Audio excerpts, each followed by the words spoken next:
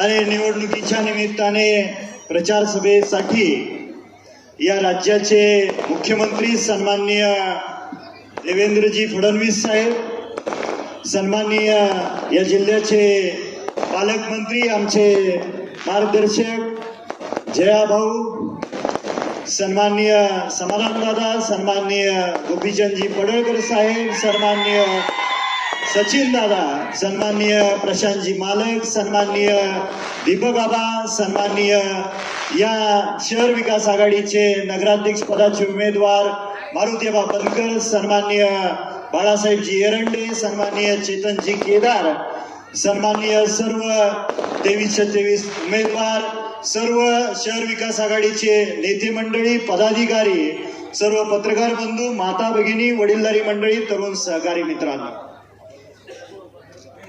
देवाभाऊ, सांगोल्यामध्ये पहिल्यांदाच शेतकरी कामगार पक्षाने, भारतीय जनता पार्टी आणि दीपक आबा गट, रिपब्लिकन पार्टी एकत्र येऊन निवडणुकीला सामोरे जातो.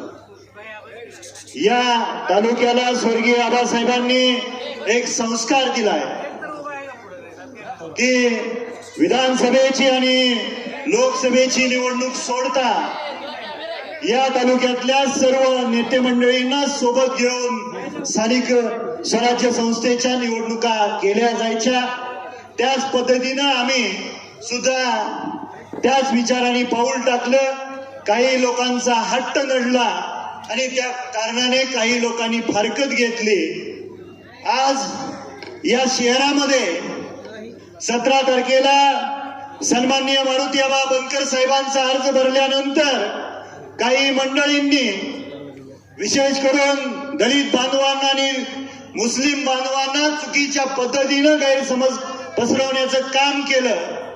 आज आपल्या समोर मी विनंती करणार आहे की आमच्या दलित बांधवांच्या कब्रस्तानची वाढीव जागा शासनाने मान्य करून त्यासाठी निधी उपलब्ध करावा. या शहरामध्ये एक डम्पिंग ग्राउंड आहे, ते शहराच्या बाहेरच्या बाजूला नेण्यासाठी आपण सहकार्य करावं. साहेब, या राज्यामध्ये नगरपालिकेचं इलेक्शन चालू झाल्यापासून सन्माननीय उपमुख्यमंत्री फोनवरून MIDC मंजूर केल्या जातात. आज आपण या सांगोला नगरीमध्ये आलो आहात. आम्हाला आपल्याकडून शब्द हवाय की या सांगोल्यातल्या गोरगरीब जनतेच्या, तळागाळातल्या शेतकऱ्यांच्या, वंचित घटकांच्या मुला मुलींना काम मिळण्यासाठी या ठिकाणी मोठी MIDC आपल्या माध्यमातून लवकरात लवकर मंजूर व्हावी. या शहरामध्ये लक्ष्मीनगर असेल, इंदिरानगर असेल, संजय नगर असेल, त्या ठिकाणी झोपडपट्टीत गोरगरीब जनता त्या ठिकाणी राहते. त्यांना प्रधानमंत्री आवास योजनेतून पक्की घरं घरकुलाच्या माध्यमातून ती लवकरात लवकर मिळावीत. या शहरामध्ये महात्मा ज्योतिबा फुले, क्रांतीज्योती सावित्रीबाई, अहिल्यादेवी होळकर, अण्णाभाऊ साठे, नरवी उमाजी नाईक, बसवेश्वर महाराजांचा पूर्णाकृती पुतळा व्हावा. लोणारी समाजाचे स्वर्गीय दादरा साहेबांचं स्मारक व्हावं. या तालुक्यामध्ये असंख्य आजीमाजी सैनिकांची संख्या आहे आणि त्यांच्यासाठी सैनिक भवन असणं गरजेचं आहे.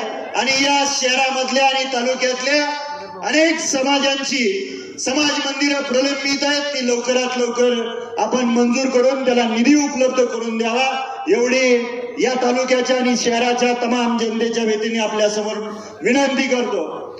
सर्वांना, विशेष करून शेतकरी कामगार पक्षाच्या कार्यकर्त्यांना माझी विनंती आहे, स्वर्गीय आबासाहेबांनंतरची ही नगरपालिकेची पहिली निवडणूक आहे.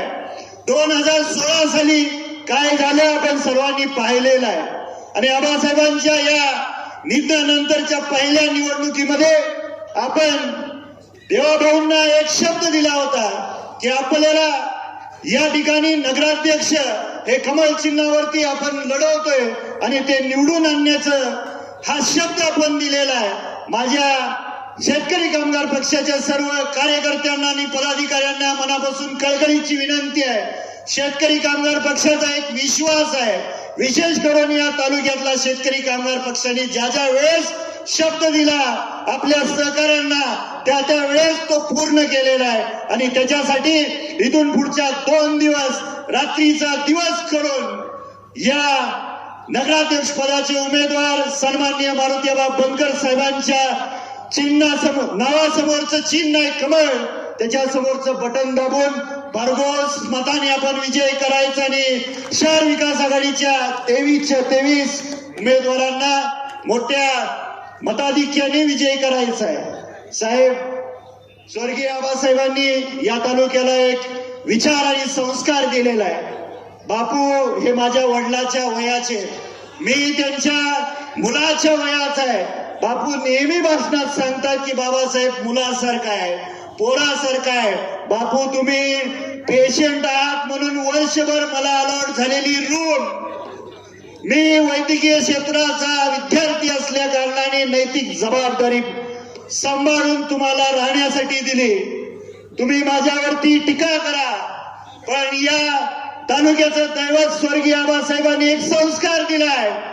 ज्येष्ठ कार्यकर्त्यांवरती नेते मंडळींवरती माझ्यासारख्या तरुणांनी कदापिही टीका करणं त्यांचा अवमान होणार नाही याची दक्षता घेणं ही माझी नैतिक जबाबदारी आहे। त्याच्यामुळे मी काय बोलत नाही पण खाजगी बसलेल्या चर्चा तुम्ही सार्वजनिक केल्या मला माहित आहे।